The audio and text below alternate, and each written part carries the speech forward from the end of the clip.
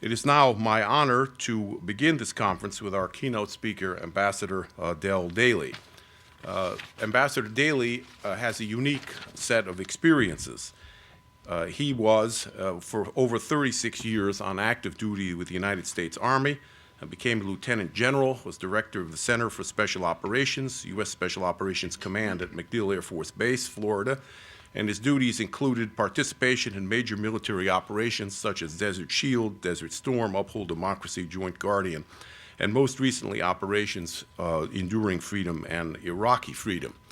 All of this was merely a prelude and preparation for his most difficult assignment, which he has carried out over the last 2 years, serving as the Department of State's coordinator for counterterrorism from 2007 to 2009. The equivalent of coordinator for counterterrorism in the military would be that of a forward artillery spotter on a day when your gunner shows up without his glasses.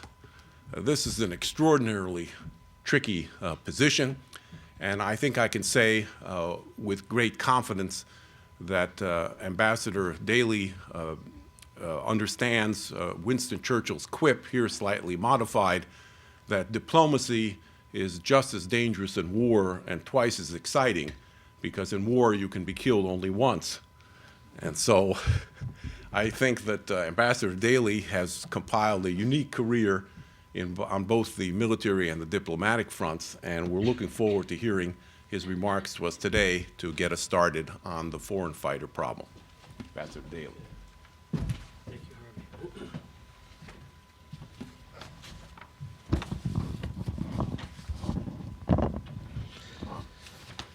It's a pleasure to be here. Good morning to everybody. I'd like to thank Michael Noonan for the opportunity to speak here, and a special thanks to the Foreign Policy Research Institute for inviting me to the conference and to talk about global foreign fighter phenomena.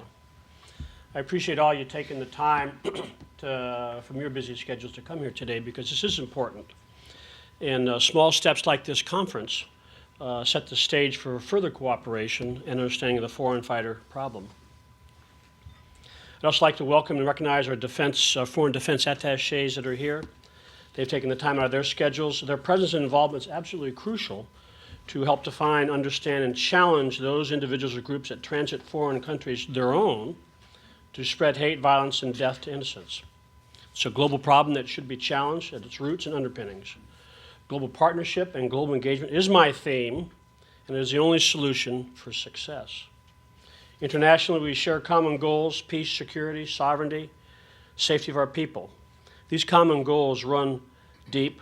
Collectively, our challenge is to overcome cultural and political differences to inspire a sincere commitment to end a threat that we all share. Yeah, the next slide, please. At the end of the conference, I challenge each of you to go back to your parent organizations and socialize.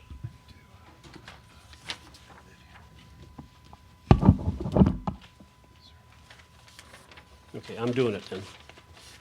No, I have this. It's when you shut the I see. I'm sorry. Well, come on back. I'll take care of it. Go ahead. The next slide is going to be the agenda. I also encourage each of you to remain in contact with each other to share ideas tied to this conference and establish the potential for a follow-on. The academic thought and policy recommendations coming out of this effort, from my understanding, will serve as a launching pad for regional and state dialogue on how to best protect the sanctity and sovereignty of individual nation states. As I've stated numerous times before to the various defense attachés and leaders, we must partner and share ideas and to challenge the threats at all this together. There's the agenda.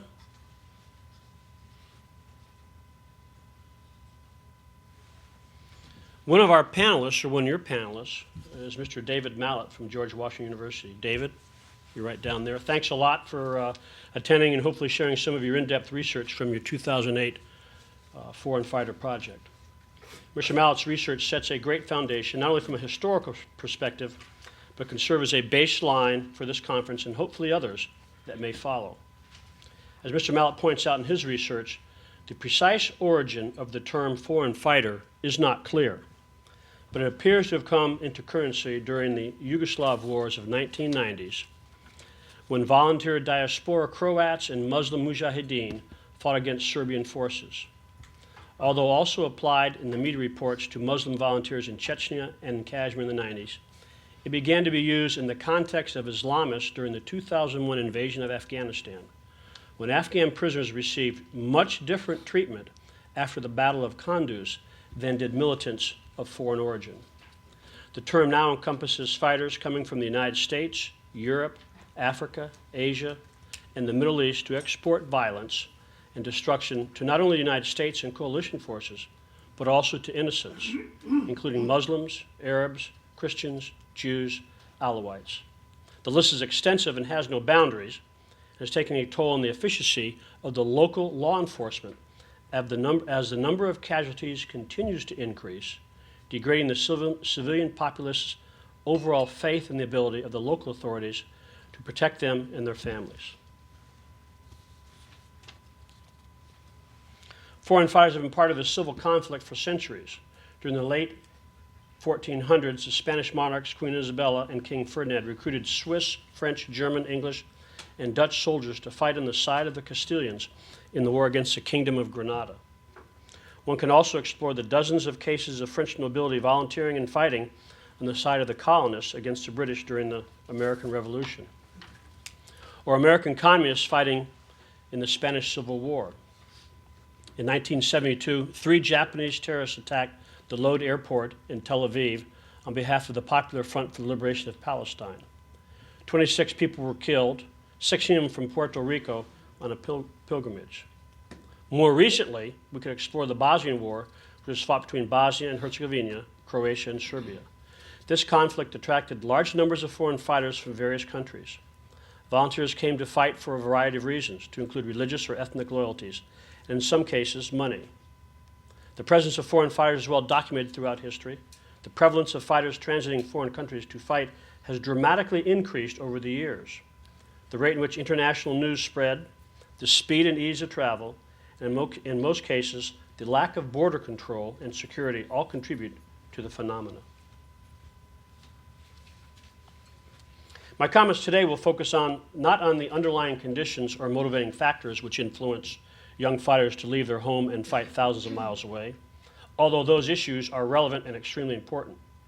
I believe this conference should focus instead on the long-term ramifications this phenomenon is having on individual nation states as those fighters return to their homes. Foreign fighters are returning to their homeland, fully trained in the tactics used by militants in Iraq, and equipped with a Rolodex of like-minded individuals who seek to establish or reinvigorate the local terror groups. As these groups extend their reach through neighborhoods and small towns, they use a variety of means to finance their growth and operational capabilities, from low-level crime activities such as car theft rings to kidnapping for ransom in those areas where a civilian population with access to greater financial resources exist. This is detrimental to long-term economic growth as the business community reduces their physical presence and the tourist industry is damaged by the perceived lack of government stability and law enforcement effectiveness in those states affected by the return of the foreign fighters. Preventing foreign fighter facilitation is a critical component of global security. It is the foreign fighter networks that enable nefarious influences to provide money, fighters, lethal aid, and public support for al-Qaeda in Iraq, or acronym AQI. Records captured by coalition forces in October 2007 on a raid along the Iraq-Syrian border near a town named Sinjar pointed out the probability that all of the fighters in the so-called listed Sinjar records crossed into Iraq from Syria with the aid of some form of a facilitation network. Without this support, AQI can be neutralized and their influences disrupted. Regional stability is a common goal shared by these nation states. We must work together to ensure the respect of life and challenge those networks at their roots. There are many aspects to this fight: intelligence sharing, effective regional diplomacy, and persuasive tribal engagements that integrate local populations into our efforts all contribute to creating an environment in which al-Qaeda and affiliates are unable to function. The problem will not be solved by one military or by one country, but by the cooperation, coordination, and unified effort of all countries with the strength and the integrity to stand up and oppose a threat. The United States stands committed to this fight. Organizations such as Lebanese Hezbollah, who train and supply killers of innocents, to include women and children, will not be tolerated and will be dealt with accordingly through various international instruments of power. States that sponsor and provide safe havens for these criminals and their nefarious activities must understand in the long term that their own security will be in jeopardy. There is no country safe from the goals and desires of al-Qaeda and their affiliates. I applaud the efforts of Syria as an example on progressing with security cooperation on the Iraqi-Syria border. Due to its geography, Syria is a natural transit route for insurgency fighters traveling to Iraq. However, much like the United States and Mexican border, there's only so much that can be done to guarantee internal and external security. Supporting Iraq's growing stability and security is a common interest shared by Syria, the United States, and the international community. Extremist activity in Syria poses a threat to the higher education, international investment, and tolerance, rule of law, and stability of the regimes. We all need to be concerned with the threat posed by extremist ideology and must work together to address this threat. It is still clear that foreign fighters transit Syria and that network facilitators operate inside their borders. There's no doubt that the Syrian regime is in the crosshairs of al-Qaeda and their affiliates, at risk, much like they were by the Muslim Brotherhood in the early 1980s. Progress must continue through open dialogue. Mr. Secretary Khalid Sharaf, who I believe is here today. No, he's not. He's not? Well, we miss him. A special thanks for their participation. We hope events like this will assist other countries and our countries to explore common goals and assist us in security and welfare of the region.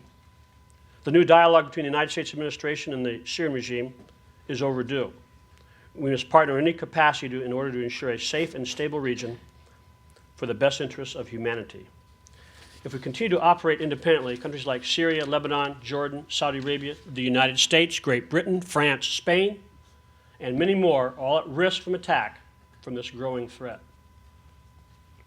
In conclusion, like Syria, we have seen several other countries begin to stand up and demand their borders and sovereignty be respected.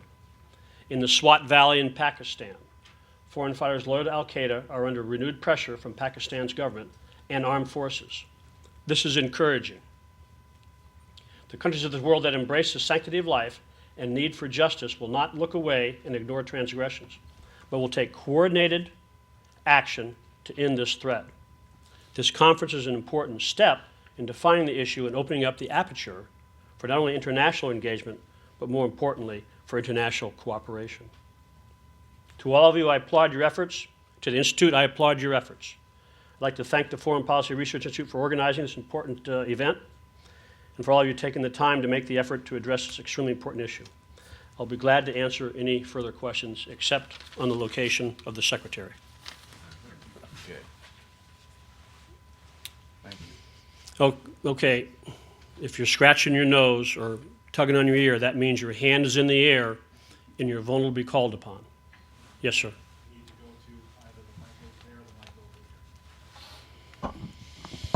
mic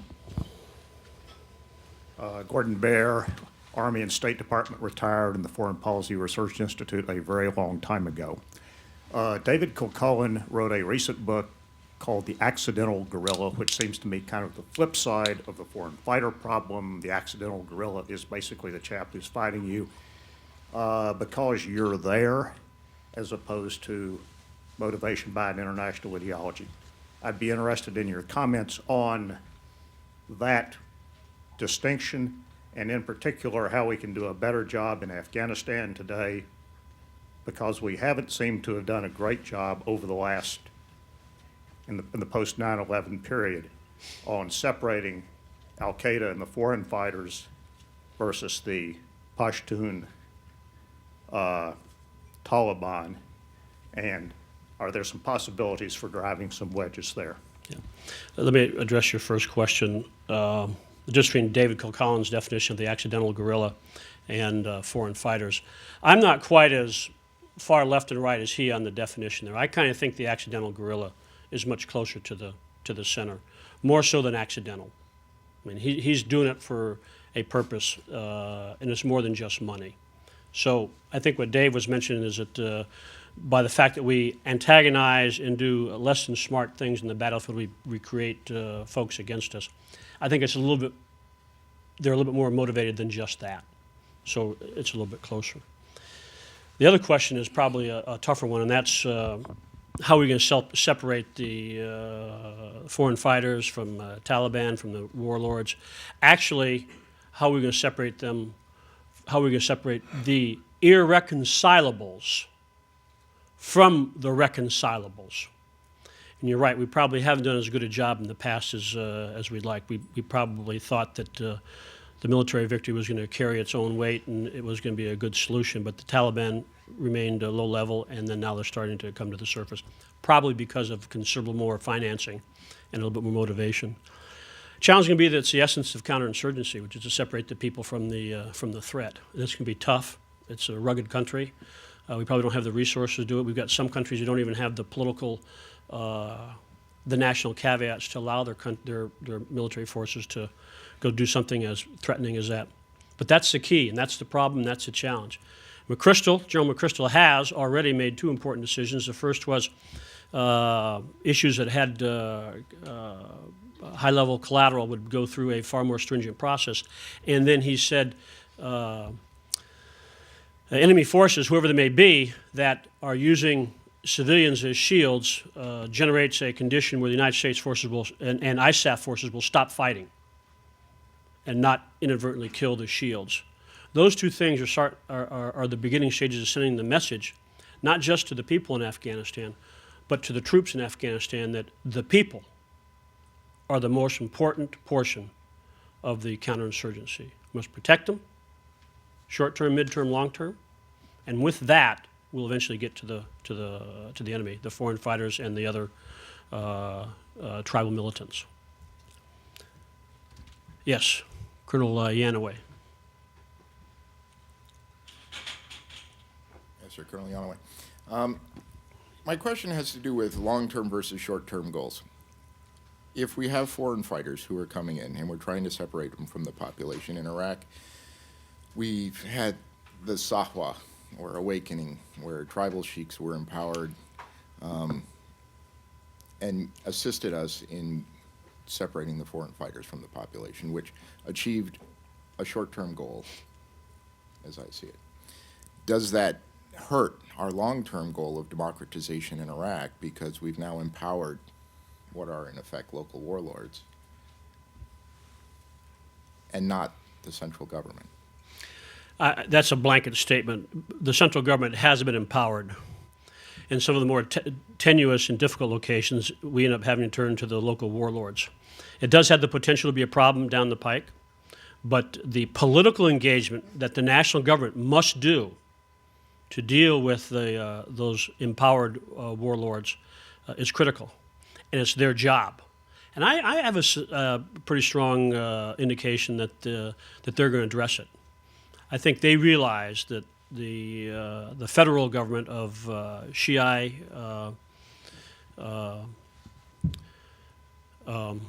Kurd, and Sunni opens the door for the next layer of political activity down one or two steps. So it may, like you said, just create a short-term success, but in the long term, it's educating the Iraqi government of the need for continual political engagement up and down the ladder there.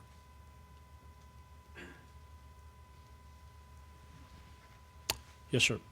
Zahir Imadi from the Syrian media.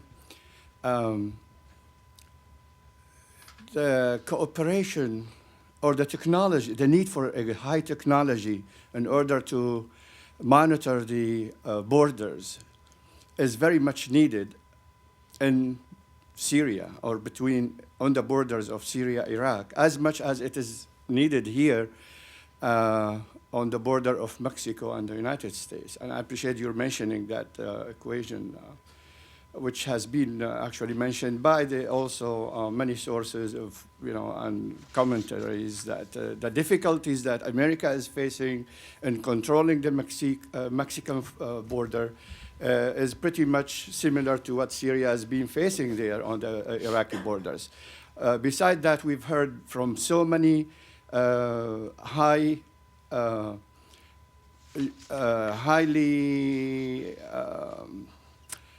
military observers and U.S. military officers in Iraq. They were praising the cooperation of Syria along the borders. This has been mentioned not in the Syrian press, but here in the Washington Post, New York Times, and many other places.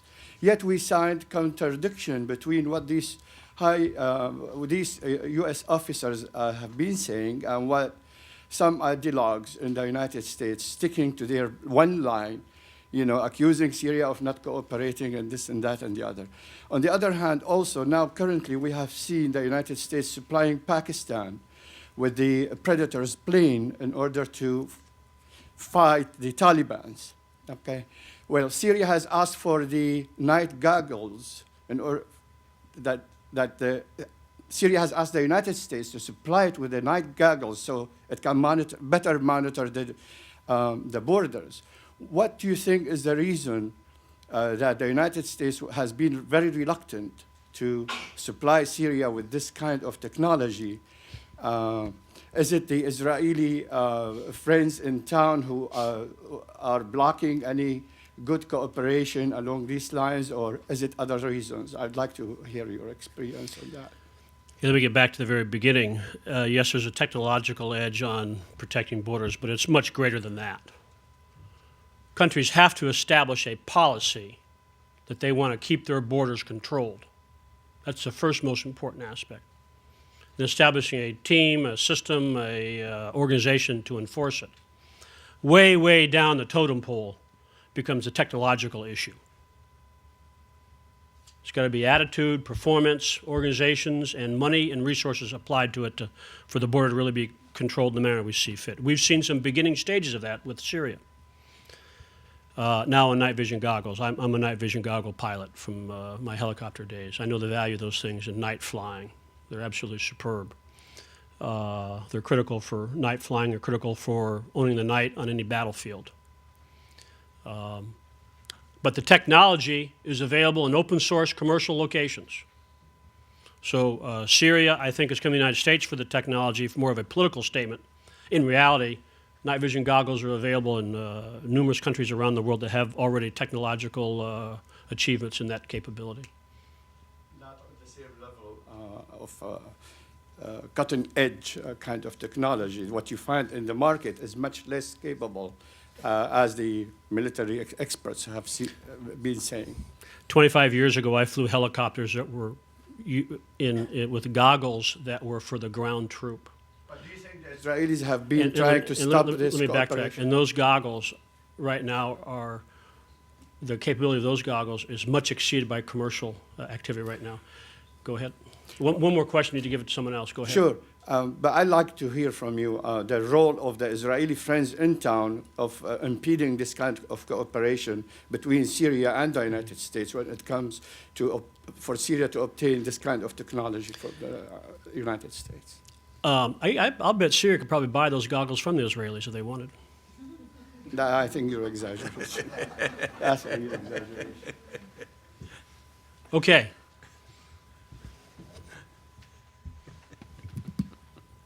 I'm Stan Schrager from Special Operations Command in Tampa, and it seems to me that this is an issue that clearly lends itself to two sides of the coin. It's what the foreign fighters bring into Iraq, but it's also what they take home with them and the kinds of skills that they can utilize to subvert the eventual sovereignty of their own country. And as you know, Special Operations Command has a program called Sovereign Challenge, and I think you're familiar with the origins of it, where we deal with the sovereignty issue of nations who are threatened by precisely these kinds of people and what they bring to subvert and distort the sovereignty of their own country. Is there any campaign to promote the idea with other countries that these people bring back with them the kinds of skills that subvert the sovereignty of their home countries? And what can we do about it in terms of perhaps a sophisticated strategic communication campaign to promote that exact effect? Thanks, Mr. Schrager. When the Shingar records were discovered, the information was unclassified. It was their name, alias, telephone number, address, name of facilitator, date of birth, passport number, if he was on a computer, his IP or his address there. We had 1,000 of those picked up, very well organized and very well categorized. We actually ended up using only about 800 because there were some aliases that flip-flopped and crossed over. That information was presented to the critical nations around the world in a name-by-name basis. And the theme that was used by the U.S. government to convince these countries of origin, which there were 22 out of the entire Sinjar records, 22 countries, that you may think temporarily you're no longer at threat because these folks are leaving your country. But in reality, they'll go off to another country, they'll become trained fighters, understanding the pressures of combat, understanding what their peers can do and cannot do, and come back a seasoned, hardened combat soldier right back to the country of origin from which they departed. The best example of this is in Algeria, post the Soviet invasion and post the victory in Afghanistan. Many of the Mujahideen came back to Algeria, tied to another terrorist activity, but augmented significantly. And Algeria had, in the end, almost 50,000 casualties, dead, as a result of this influx of returning foreign fighters. So it behooves every nation to know who's leaving as best they can, monitor that, distribute internationally, and attempt to stop them from coming back in. Because they're not coming back in to reintegrate into society in a peaceful manner. In most cases, they're coming back with a grievance and the military mindset and the insurgency mindset to fulfill the grievance. Now, how do we handle that on a strategic communications aspect? Saudi Arabia's done a heck of a good job. They have gone to the locations where these individuals are. They talk with the family members. They talk with the community members. They talk with the religious leaders. They try and find out what led this individual to leave, to go off to do this foreign fighter activity. They ask if information comes about the existence of the individual, whether he phones back or a message comes from a neighbor or whatnot, that the government provide that information. And Saudi Arabia's done a good job in trying to anti-radicalize selected areas. Based on the Sinjar records, we also have some areas that had a large number of foreign fighters leave. We went to those countries and said, what are you doing in this area here to prevent it? Because, by the way, they go, they come back, they'll be right in your backyard again. And those countries, at least one had said, we have problems there all the time. We just had troops come out the second time this year. So it reinforced some of the problems that those countries had anyway. But the strategic communications issue that you're talking about, Mr. Schrager, it needs to be captured by the nations. The host nations need to say, we're working this, we're trying to dissuade folks, we're trying to de-radicalize the ones that are coming back and anti-radicalize the ones before they go, with success stories in the local papers and the local media. It probably needs to go on the national level also. But remember, a solution for one country does not necessarily mean it's a good solution for another country. And I'll give you an example in Saudi Arabia again.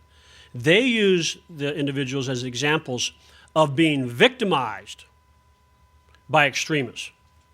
Other countries, a person coming back would be viewed as a criminal. So the Saudis have used their ethics, their culture, their background, their religious foundation to tackle it a different way than other countries have. It's an excellent strategic communications effort. It needs to be carried out by the host nations. Okay, young man in the blue shirt, you're scratching your chin. I am, sir. You don't have a question, too? Not right now, sir. Okay. Alan. From the remote webcast audience. Richard Roberts asks, are foreign fighters entering Iraq via the Iranian-Iraqi border? If so, who are they, and what actions have been taken to preempt their incursions? The huge number came in from Syria. We had limited reporting on the Iraq-Iran border, and we were pretty comfortable that the Iraq-Saudi border was reasonably well controlled. What we have coming from the Iran side is more of an organized force, not necessarily foreign fighters. It's the clandestine operations of the Quds Force and the RCG. That's kind of what comes from the Iran side. Some may be motivated by a foreign fighter perspective, but to be a foreign fighter, you have to get into Iran first and work your way hundreds of miles to the west or to the east to Afghanistan. So it's a little bit more of a challenge, and we see it a bit more as an organized effort by the Iranian military.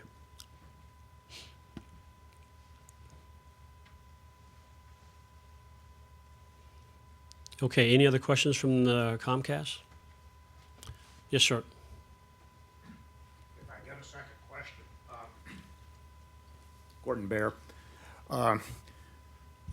you've been Army and State Department.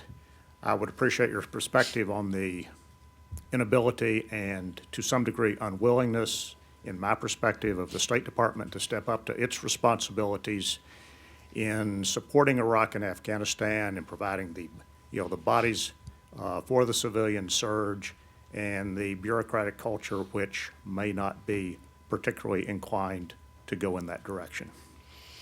Thanks. We probably lost a little energy post-Vietnam with our cords and our interaction with the military and the State Department up till now. We need to try and make sure our doctrine in both organizations captures the cord activity, captures PRT activity, and captures the interaction of the Department of State and the Department of Defense on a more regular basis. That's something we need to fix so we don't make the same mistake in the future. The military had a rough go integrating itself with itself. The Marine Corps, the Army, the Navy, and the Air Force were pretty stovepiped prior to the infusion of jointness. Jointness means the military, amongst its four services, works cross together. You know what drove them? It was the insistence that no longer would general officers become general officers if they haven't had a joint experience with another service. And the military services rode the waivers for a while, and eventually now, out of the 40 new one-stars that take place in the military, they've all had some joint experience. They've all been outside their branch. They all know their service better. John Negroponte made the same decision as a deputy of State Department about a year and a half ago when he said, aspects of promotion to ambassadorship inside the Department of State will be based on your participation in the irksome areas, Afghanistan, Iraq, and several others. That's starting to take fruition and have legs. Oh, by the way, the military has a resourcing of $450 billion a year, and the State Department has a resourcing of $35 billion a year. So even if you had all the people in the world you wanted, if you had all the policies in the world you wanted for people to go into the irksome areas and difficult areas, you may not have all the people. Secretary Powell brought in 1,000 new Foreign Service officers that Secretary Rice was able to use in her overall commitment. When the things grew, she turned around and said, I need a little bit of lead time from the Department of Defense. You give me 800 folks to carry the mail for a while. In that time frame, the Department of State made directed assignments, which means, okay, FS2 or OC1, which are the ranks for the Foreign Service officers, your next assignment is Baghdad or Kabul.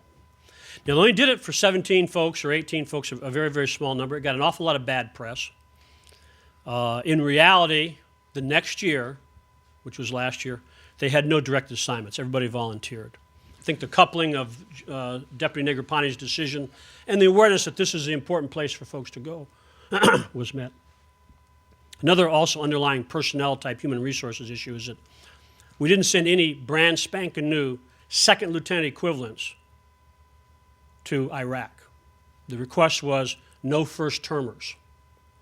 So you automatically ratchet up the level of folks that would be going to Iraq. So in the scheme of things, I think we see the State Department as mature as maybe the Department of Defense is with regards to now its policy of movement through the ranks. Secretary Clinton has a 43% increase in the State Department budget, and 2 dramatic increases in the Foreign Service officers that will be going into the State Department post her arrival. So you got the policy that's going in the right direction. We're now having the resources catch up a little bit later. Been a challenge. Probably hasn't been as clean as we like. Probably not as good as it was in the Cords days. But it's going in the right direction now. The real challenge is not just DOD and State Department, though. It's the rest of the crew. Human and Health Services, Education, Justice, FBI. Let me backtrack. Some of the departments have made a post 9/11 dramatic increase in resourcing, policy, and attitudes. Others have not been able to because their value in the battlefield hasn't been realized. But Department of Agriculture could be used immensely in both Afghanistan and Iraq. There are some folks, and they're embedded in the State Department system, but they're not anywhere near the numbers we need. So the other departments need a little bit of resourcing to move along in those areas that the State Department hasn't got any expertise in, nor does the Department of Defense. Alan. We have a couple of more questions from the webcast audience. First, from Terry Guild of the U.S. Army. Do you think the new dialogue with Syria and sending in a U.S. ambassador will assist with more cooperation on this issue? Absolutely. There was some discussion inside the State Department, even before the administration change, of when do we put a full-time ambassador back into Damascus. We left a charge there for quite a while. I think it was tied to the Harari investigation. And as a result, we lost some opportunities to deal directly with the Syrian government because they will do reciprocal activity and either won't see our charge who's bringing to the table ambassador-level issues or will affect it back here. I think the opening dialogue to put an ambassador there is a good idea. I think it's probably a bit overdue. And at that point, all issues now come on the table at the ambassador to the ambassador level. This would be one of them, and I suspect this would have even more emphasis than it has in the past. So I think it's a good idea, and we should move forward with it. Another question is from Lionel Montoya from Gemini Industries. Do you feel that foreign fighters are having a strategic level impact in Afghanistan as they are in Iraq? Example, foreign fighters conducting mass attacks. I don't think they have that same effect now in Iraq. I think it's been beaten back and minimized. Afghanistan does have the potential to climb back up in foreign fighter-driven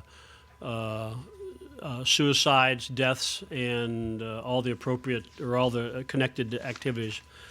But we've learned, and the team is well aware, the team over there, both the ISAF and U.S., of how to do a lot of the preventive techniques, from physical searching to flow of traffic and all the other passive defensive mechanisms. So we won't go through probably the same radical learning curve that we did in Iraq. Frankly, IEDs and suicide bombers are clearly the most used and effective tools against the coalition forces. From our technological solutions, which are some, to our procedural systems, which are a lot, to the savvy and the instinct of the folks on the ground. All those three things we'll be able to apply in Afghanistan that we didn't have in Iraq. So there'll probably be an increased surge, but I think we will have an opportunity to keep it controlled. Of course, the areas that remain vulnerable are open market areas. A question from Larry Grant. A year and a half ago, the Christian Science Monitor wrote that most foreign fighters come from countries allied to the United States. What do you make of that, if accurate, and does that make the problem easier or harder to solve? Well, allies, that's a pretty strong word. it really means, I think, in the legal world, is someone who will fight with you side by side on the battlefield. You'll switch out interactive resources, and you have similar political governments and political decisions. I think Allied's a little bit strong there. There are a lot of countries the United States deals with that have folks coming into the foreign fighter arena. And that's pretty unfortunate. We turn around to those countries saying, we captured these folks, we saw this, we give the information back to those countries, ask them to act on it. But it's kind of like any situation. I think it was Winston Churchill who said, if you think fighting a war is tough with allies, try fighting one without them. So whatever our friends in the battlefield and our friends around the world can contribute to counterterrorism and stopping foreign fighters, we want to take. If there's some problems in that country for whatever reason, we want to help them try and fix it. But we need to stay engaged with virtually every country. Okay. I think that's it, Harvey. Well, unless you have I've one. got a question myself. Okay. Will this work? Yeah. My question is this. You mentioned earlier that as part of the separating the foreign fighters from the local population as well as from the local opposition is critical, and as part of that you cited this that we would, in Afghanistan now, we would not operate in the event that we found these people hiding amongst the civilian population, that is, using civilians as shields. Maybe I'm missing something here, but doesn't that really encourage them to use the population even more so as shields? And so at a time when we're trying to eliminate their sanctuaries, we've in fact invited them to create more sanctuaries among the very civilians that we're trying to protect. I couldn't have planted a better question. Because, Harvey, you're using the old think that you got to engage and kill. Let's get it out on the street that the foreign fighters and the extremists are using Afghanis as shields, and that they've actually increased using them as shields, and that the United States has stopped shooting at them to protect their lives. That is a magnificent strategic communications message to the people. And that, amongst a couple other failed extremist and foreign fighter techniques, will clearly draw the wedge between the host nation and the coalition forces. So it is, General McChrystal has been absolutely brilliant in turning the tables on the enemies there. Thanks. That was a good question. I appreciate it. Sir, how are you doing today? I had to fight pretty hard to get in here. So. Okay. Sir, up till now we've talked about a lot of the foreign fighters that actually haven't been captured, but those that are taken off the battlefield, those that are detained, specifically the ones that are kept in prisons in Iraq. What do we do? What kind of policy can we implement to make sure that they're not radicalized while they're kept in those prisons, especially the ones that aren't moved back to their host countries? Well, first of all, I think we all agree, any prison, people get radicalized. In the United States, in UK, in China, they just get radicalized. So let's go on the assumption they're getting radicalized in Iraq. Segregation is one technique. Training and education, indoctrination is another. We have to really make sure that the foreign fighter we pull off the battlefield is a foreign fighter. You know, if we're convinced of that, they need to go in a separate facility. And they need to go through re-education and whatnot, like the Saudis have done with the folks that they've picked up. Another thing, and I'm not sure this takes place, it has to be done very, very carefully, is we may turn some of these folks back to their host countries in a legitimate legal transfer of either prisoners or criminals, and let the host nation handle it, because, like I said before, in Saudi Arabia, a host nation can de-radicalize a heck of a lot better than a kid from Flanders, South Dakota. So we need to allow the host nations to be part of the solution for radicalization and de-radicalization. That'd be my initial take on that. But clearly, if they're foreign fighters, they've got to be separated. Thank you.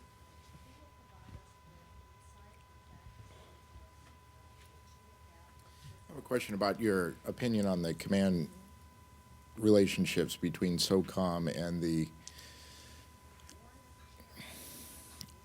area geographical sinks. In the war on terrorism, SOCOM has responsibility for the war on terrorism. It's now become a functional command in that respect, whereas the geographical sinks have their responsibilities for the geographical regions.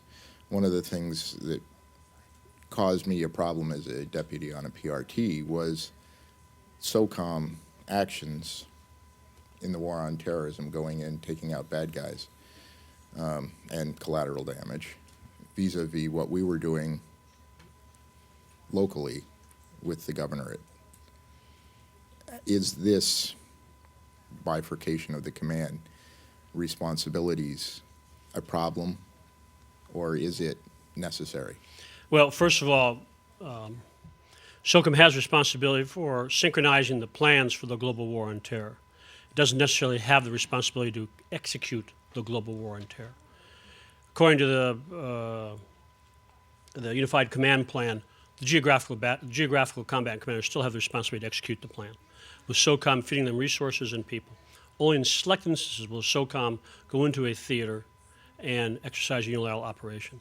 Those selected instances are potentially flawed, because to get into that area, you need intelligence from the regional commander, you probably need transportation from the regional commander, you need all kinds of sustainment from the regional commander. So the numerous exercises that have taken place trying to execute that have kind of reflected that it still has to be a mutual relationship between the two.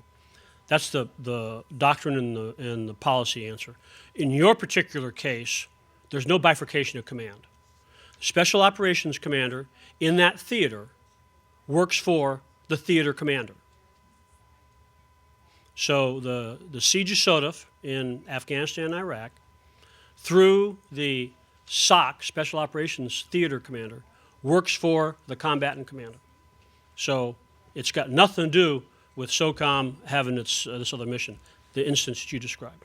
It's better coordination inside the big house. That's what's necessary.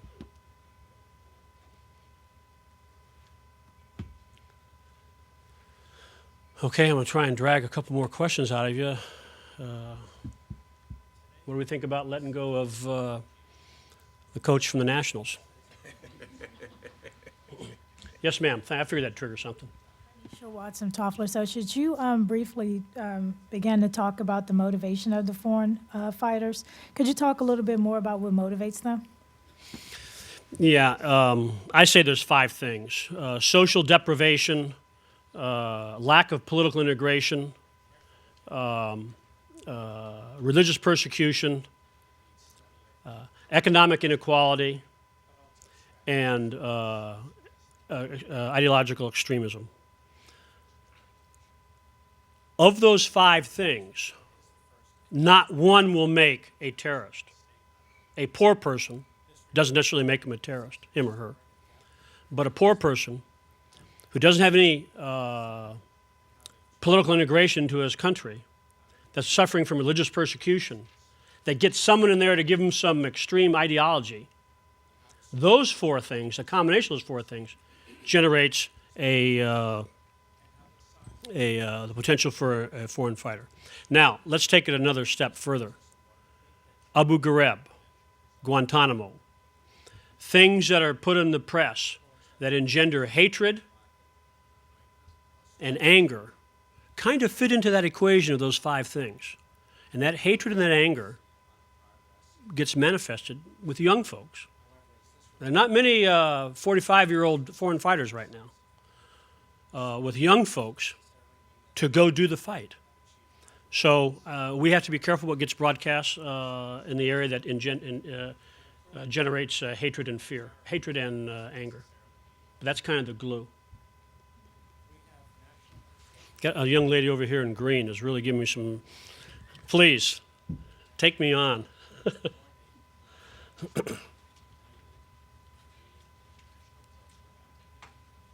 That's the power of strategic communications. my name is Marissa Ergo. I'm a consultant here in DC. And actually, the question I do have, and this is where the doubt comes in, is the profiles of a lot of the Mujahideen I studied from Kashmir, from Chechnya, and from Bosnia did not fit what you would call the Iraqi theater, where you did see a lot of the poor people, poor young men, some of the lower middle class young men fight. Even in the even in the 90s era in Afghanistan, a lot of the second level and third level Al Qaeda members were fairly educated from upper middle class families and were radicalized through their families, or at least from those profiles. And how much of that perspective, which, yes, I understand Iraq, you did see a different profile, but how much can Iraq be applied to other theaters of jihad, so to speak? Yeah, we have to be careful making Iraq the sole solution, because in Afghanistan, if things we use in Iraq we put in Afghanistan would be dismal failures. We have to be pretty astute on our lessons learned and which ones are willing to incorporate into our processes and which ones we're not. It is a different threat in Afghanistan. That threat would be a limited number of foreign fighters with a large number of dissatisfied Taliban, and the Taliban into two groups, the reconcilables and the irreconcilables. I would submit to you that the irreconcilables are not necessarily well educated, but they're well placed. They enjoy whatever exceptions that the system provides them. So our target needs to be a little bit different. But if you still use the general 5 categories, economic, social, religious, political, and extremism, varying the degrees, whether it's well-educated, but a person who doesn't think that their political views are being integrated, is enough to electrify them. And like I said, then you plop on top of that maybe some lack of religious freedom, and you may have the older person along with the younger person. So those 5 tools do allow us to kind of put them in boxes. Now, if you want to go to some place and fix the entire economic problem there, build a whole new economic system in a country, or try and solve the lack of political integration by re-educating that country with regards to its lousy political system, you got a heck of a job in front of you. That's why those are really the long-term tasks. And that's why they're the toughest. And that's why you got to get at them in the beginning and stay on them for a heck of a long time. We have limited resources. We shouldn't fix problems in countries, or we shouldn't try and fix problems in countries that have the resources, the attitude, the culture to do it themselves. Where we ought to try and focus, fixing those 5 things, are in countries that have a will but don't have the capability. And I agree with you, actually, but I mean, there seems to be these very pat foreign policy answers that you receive from that I hear and that are thrown about in D.C. that, oh, it's poverty that forces them or something. And you know, I was briefly an analyst at the FBI, and quite frankly, a lot of the targets were hyper-educated, well-traveled, and very much within the Mujahideen credibility. I mean, they multilingual, everything, and the idea that somehow they were motivated by poverty seemed almost bizarre. And I hear this, and I'm never able to challenge anyone to say, okay, well, where's your proof that this is motivated by poverty or ignorance? Because you get the whole range, and the more dangerous ones are the ones that actually know what they're doing, or the educated ones who do come from Salafist jihadist families or something, who have this background solidly in their lives, and who operate on a global scale or in a global environment without any, And that's why I came back with Yeah. saying a poor person doesn't necessarily make a terrorist, Yeah. just like a unintegrated politician doesn't necessarily make a terrorist. But the combination and fusion has it, with the grease of hatred and rage that may pop up every once in a while. Hopefully that answers your question. Thank you. All right. Thank you very much, Ambassador. we've got Oh, one wait, more. one more. Yeah. Okay. And this is just a quick caveat to the last young lady's comment. and that is the issue of religion and the call to jihad, which is very much a part of the phenomena we see. To what extent can we get the religious establishment to be part of that re-education program in the Muslim world to diffuse what foreign fighters from all economic levels see as their religious obligation? You're right. But we have to be careful. Now, the Islamic religion leaders have started with pretty good effort to move folks away from the radical teachings of jihad. The Grand Mufti in Spain, Saudi Arabia, Egypt have all come out against terrorists and terrorism, but particularly against innocents being killed. It's not part of the religious doctrine. We have to encourage that. We need to encourage that. But we have to be very careful. We don't want anybody coming to the United States and encouraging the First Baptist or the local Methodist church or the Catholic church in areas that we think should be completely devoid of government involvement. So we do see a problem in that area there. And once again, the way to address it is with as much information as we can to the host nation, let them carry the message of that particular radical ideology is unacceptable in that country. And that's why the Saudis have been reasonably well, and a couple of countries have been pretty good too. The United States does that, we will, or people who aren't in the religion will do it very poorly. Do you have any information or analysis of the recent visit of Sitcom to Damascus and their what seems to be pretty secret kind of talks that took place in there? But do you have any evaluation of their visit about 2 weeks ago? I do not. I just think it's probably a prudent extension of U.S. policy to try and engage. There's a tradition in the United States, mill to mill first. You can always find some type of common ground. Then we come in a little bit more on the political side, a little bit more on the diplomatic side, and we ratchet it up. So what you're seeing is probably some initial steps. I know of no outcome of that at all. Mr. Ambassador, I want to thank you very much for getting us off to a fine start here and a broad-ranging analysis of the foreign fighter problem, and in taking on the various questions here that also ranged far and wide. So please join me in applauding.